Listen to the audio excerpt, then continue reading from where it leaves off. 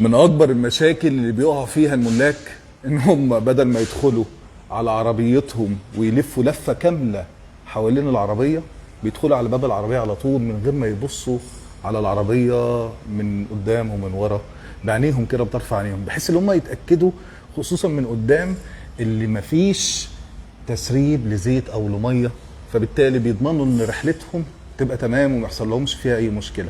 العربيه دي فيها ايه هندسه؟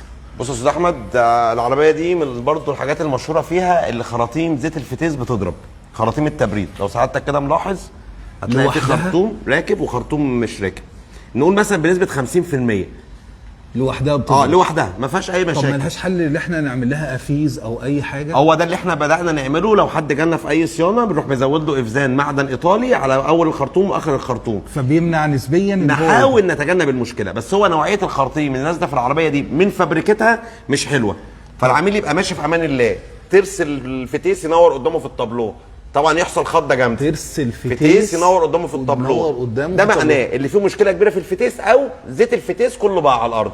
لازم يوقف العربيه في ساعتها، لازم من غير حركه، واول حاجه يعملها ينزل يبص على الخرطومين دول ويبطل العربيه. لازم يبطلها. الفتيس كده كده بيبقى شغال حتى لو العربيه دايره. طبعا عشان في سركتينه بتلف باستمرار. يبطل العربيه، ده اساسي. ما يقولكش مثلا انا ما مشيتش، انا ما عملتش. لا مفيش الكلام ده يا استاذ احمد. الفتايس دي بقت حساسه جدا جدا جدا وشغلها محسوس. طيب تمام. ممكن يكون الخلوص الارضي او نسبه الخلوص الارضي ونسبه ارتفاع الخرطوم دي ممكن تكون هي المؤثره اللي بتخليه يضرب، ولا ملهاش علاقه؟ لا، لو جالنا مثلا 10 عربيات مثال يعني، منهم عربيه واحده مثلا خبطت في ارض فالخرطوم باظ او المعدن ده باظ اللي هو الماسوره بتاعه التبريد، تمام. اما كل الاجمالي الخراطيم تضرب لوحدها.